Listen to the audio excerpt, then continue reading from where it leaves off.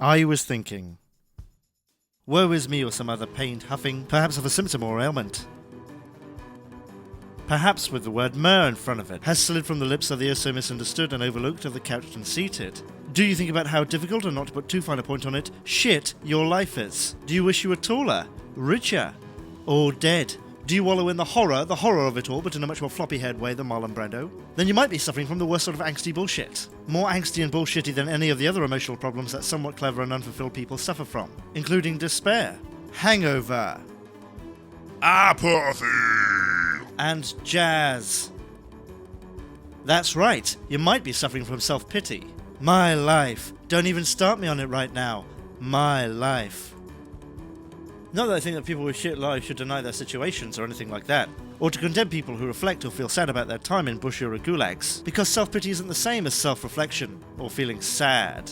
Self-pity is feeling sorry for yourself. It is essentially, and hopefully conjuring up the image of a hippo having a wonderful time, an act of wallowing. And there are times when you can legitimately feel it. Can I give you a ride to your local rape crisis centre, madam? Okay, so again, tissue dispensers. There's nothing wrong with feeling sorry for yourself if something bad has happened, but it's perhaps not as helpful as feeling sorry for, well, I don't know, how fucked up your life is when you're in a fair amount of control of it, and compared to the rest of the non-Bilderberg families, it's really not that bad. I mean, fine, pity yourself, we are, dear listener, doomed to dust. Doomed to cosmic nothingness, but there's two important words that are connected to the definition of self-pity.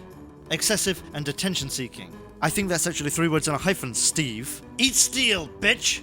I mean, my name's not Steve.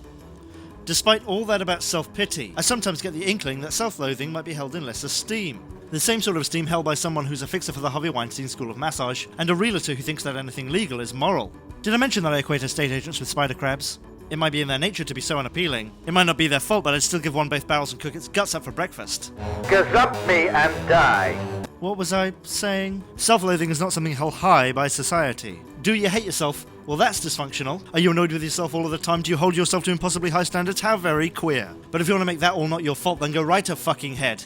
Well, 9 out of 10 of my real-life snot stains are people who could have done with a bit more self-loathing. And honestly, I don't think people should particularly like themselves. I mean, sure, don't hate yourself, but you see that guy in the marble over there? That's Alexander the Great. That's Leonardo da Vinci. That's Peter fucking Falk. You think you can do better than that? Pull yourself together, Mr. Baraklov, smell the napalm, smell the ashes, get a grip and get out there. Self-loathing is without a doubt an unpleasant feeling, but it is one of the reasons that I actually make videos, because, as easy, and yes, as tempting, as it might be to cheaply grow heroin in Central America and flood Nowheresville, Washington with poison, as easy, and as profitable, and as satisfying as that might be.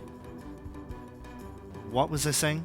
As easy as that might be, I'd be annoyed at myself for not doing the other thing, whatever it was, that I mentioned. Annoyed enough to actually fill my time with self-loathing.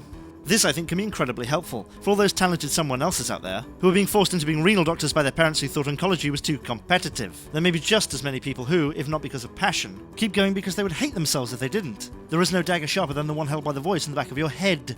I think it's surmised by saying something about self-pity being in a new car smell sort of way more gratifying, but self-loathing being a legitimate motivator. But frankly, I can't stop thinking about soil acidity and the typical water requirement of the poppy plant.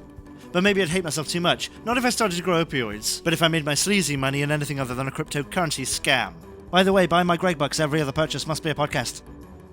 Just a thought.